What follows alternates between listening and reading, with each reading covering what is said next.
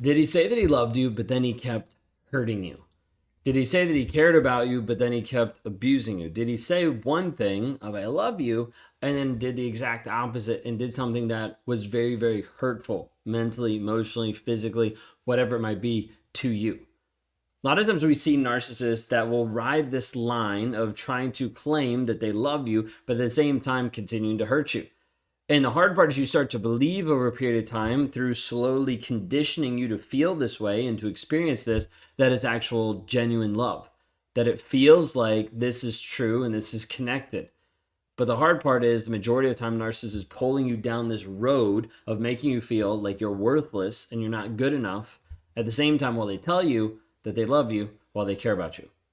Does any of this sound familiar in your own relationship or how you've actually been with a toxic person? A lot of times it gets very, very confusing.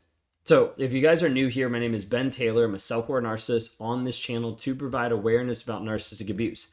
I break people free from trauma bonds, from the rumination, from the intrusive thoughts, from the relationship that's holding you captive, to be able to help you step into freedom of who you actually are and to grow, change, and develop into the person that you're called to be. If you want to know more about that, you can go to rawmotivations.com. Would love to interact with you there. Diving into this piece of when someone claims they love you but continuously hurts you and explaining like, hey, it's just not genuine love can be difficult for someone who is blinded by love. So the first thing I want to kind of point out is that love is nurturing, not destructive. You're like, yeah, I know that. Okay. But for people that have grown up in households where destructiveness was their version of love based on their childhood, based on their upbringing, maybe they were raised by narcissistic parents or belittling parents, whatever it might be, like getting into relationships after that seems normal. Like it seems normal of like, well, this is love. This is what I'm used to because you've already been preconditioned to feel that way. So when I say love is nurturing, sometimes it's like, okay, like what does that actually look like? Like it might just mean someone actually supporting you, like helping you actually achieve your dreams and goals instead of sidelining you to what they want to do. Might be aiming to like uplift you and help you move forward and to actually bring happiness into the relationship. Now, this doesn't mean the relationship is supposed to be happy 24/7. It just means that there's a common goal, that there's actually progress moving towards like the version of the relationship that you want. Both individuals working on it together versus one saying that they're working on it and the other saying it but doing the opposite. Like when you see this, it means that like the person's actions and the person's like words actually need to be able to match up. Like if a person says, I truly love you, but their actions don't show that, it's not love. Now, this is the hard part is you start to believe the words over the action. Think of it this way. When someone truly loves you, their actions should reflect care, compassion, and empathy. Like continuous hurtful, harmful behavior contradicts the very essence of love and demonstrates a lack of genuine affection. And this is the hard piece because we have to get very clear just with the facts of the situation of understanding, hey, what did actually happen in the relationship? Well, he said he loved me, but he won't leave his other supply. He won't leave the girl that he's cheating on me with. And the person sits there and they still think that they're in love. They still think that the narcissist loves them. And I'm like, but he hasn't come back to you. Yes, but he hasn't, but he keeps doing this. Yes, but, and it goes back and forth. And it's hard sometimes to walk people through the process of understanding, hey, he actually is showing that he doesn't care about you. He's not actually putting in any genuine affection into you, any connection into the relationship, and he's not even trying. Now, this is the hard part because you have people be like, but he is trying. I see it. I see him trying. And I'm like, okay, how is he trying? Well, and there's all this superficial stuff versus like actual reality of true demonstrated change, true evidence of change. And so with this, you get to a place where you start to think love is destructive, and that's okay. That's what I'm used to. And it feels normal. Like I said, from your childhood, from your upbringing, or just from previous relationships. I'm talking to someone the other day and they were talking about how they've been stuck in this cycle of going to toxic person to toxic person to toxic person. It's what they know. It's what they feel. It's what they're used to. Because of how much of it has happened in their life, it feels like it's the norm. Think about it this way. You might be with a person where he's belittling you, he's criticizing you, he's eroding your self-esteem, your self-worth, it's all disappearing. But despite their claims of love, and he's telling you he loves you, The actions are emotionally damaging, destructive. Okay, what does it do to you? It leaves you trapped in this fog of like, I don't know what to do. And it leaves you emotionally drained, trying to be able to produce and feel and move and continue motivating when this person's beating you down at the same time. This is where you run into the hard part where people struggle to see the consistency between words versus actions. One of the biggest differences that people struggle with seeing narcissistic abusers. It's like, but their words, when in reality, their actions show the exact opposite. So in healthy relationship, words and actions are supposed to line up.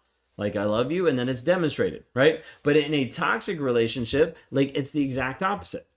So like when someone genuinely loves you, they not only say it, but they're also demonstrating it on a consistent basis.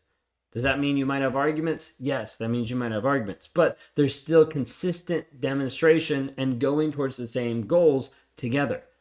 They might have this with consistent kindness, respect, consideration of your needs, of your wants, and helping you move forward in life as well. You don't get that with a narcissist. Some of what I'm saying might seem like completely foreign. You're like, I don't even know what that would look like in my relationship because you haven't experienced it. Sometimes when I'm talking to people, I just put out there and ask them, I'm like, well, what do you want? Like, what do you want for you? And sometimes it's kind of like, I don't know. I don't even know what that would look like because I've never had the opportunity to actually want anything for me because it's always been about the other person. I'm like, that's not love. That's not care when it's always sucking you back into their toxicity and the focus is all on them. But that's a hard piece to be able to work through. Like this hurtful behavior continues to show that there's a big incongruity between what they're saying and what they're doing. Now, this in like the terms of how we talk about it in the narcissistic world would be cognitive dissonance. What you believe and what you see is different than what's actually happening. So almost like perception changing, like gaslighting, and it's done with cognitive dissonance. It's done with the idea that the words versus the actions don't match up. Now, that could be words versus action. That could be two opposing thoughts, all different types of things.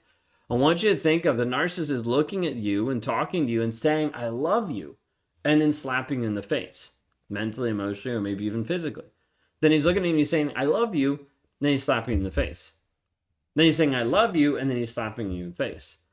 Over a period of time, it starts to program you and it starts to make you understand and believe that that's all that you're worth. Because that love also comes with the abuse. It also slowly starts to get you to the place where you minimize the abuse that's happening because it's done in a quote unquote act of love. And it starts to get you to the place that you get confused because you have to get through the pain to get to the love. You have to get through the love to get to the pain. And all of a sudden it gets like jumbled around in your mind and you start to believe, well, this is what love is. This is all I'm worth. This is what I have to get through. This is how we'll eventually get there. It's just how it is. This is just what love looks like. And it doesn't. And that's not love. The thing you have to understand is you have to understand the manipulation and the control that a narcissist does. By continuing to hurt you and put you in a place where this feels normal, it becomes one of the easiest and the best tools of manipulation for the narcissist. Think of it this way. My wife a couple months ago, we were talking about just like the past and things that have happened. And she was like, I feel like looking back on the past and when I really think about what happened, I had to be crazy to even stay. She's like, I had to be like almost like certifiably insane to stay with you based on everything you were doing. And I was like, yeah, no, that makes sense.